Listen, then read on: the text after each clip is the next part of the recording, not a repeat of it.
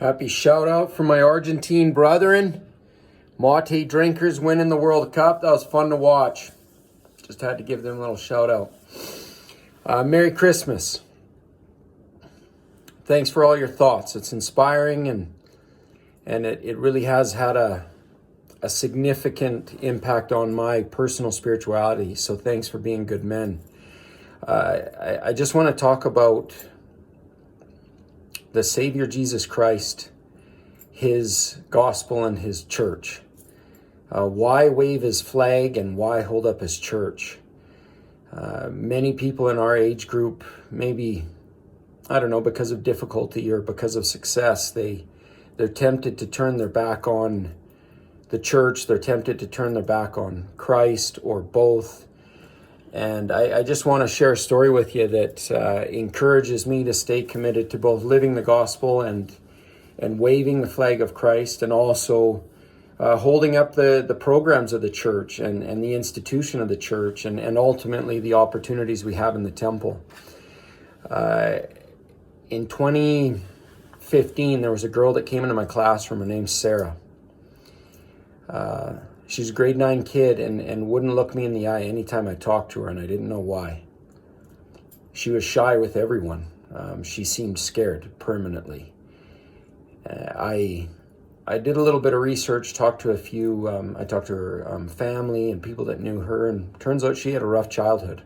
Her early childhood dealt her some tough blows, and so with that in mind, I just kind of kept working with her, tried to encourage her to talk, tried to make her laugh, tried to teach her the gospel.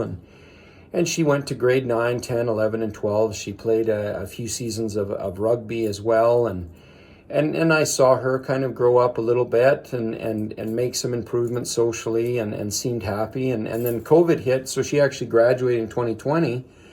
And I heard that a little while after high school, she made a decision to go on a mission. So that was awesome news.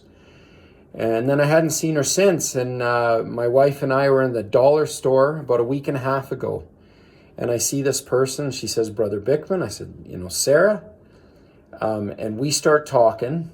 And sure enough, it's her. And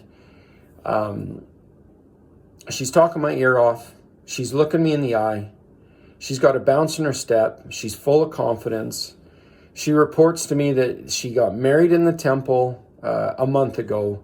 She's got a full-time job and she's a part-time student trying to improve the skills in her current job, working with early childhood education.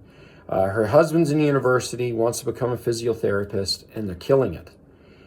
And if you would have told me when I met her in grade 9 that that's where she would be, in her early 20s, I probably wouldn't have believed you. But that's the reach of the Savior. That's the power of the Savior.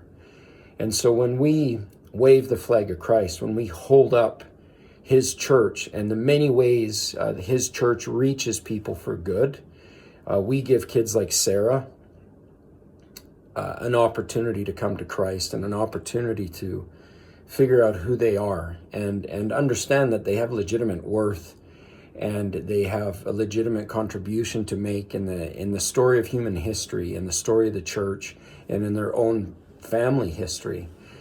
So I wanted to share that with you because those stories inspire me, and I'm privileged to see them a lot. And I'm grateful for the men that you are, because you are helping, on top of your family, you're helping the Sarahs of the world.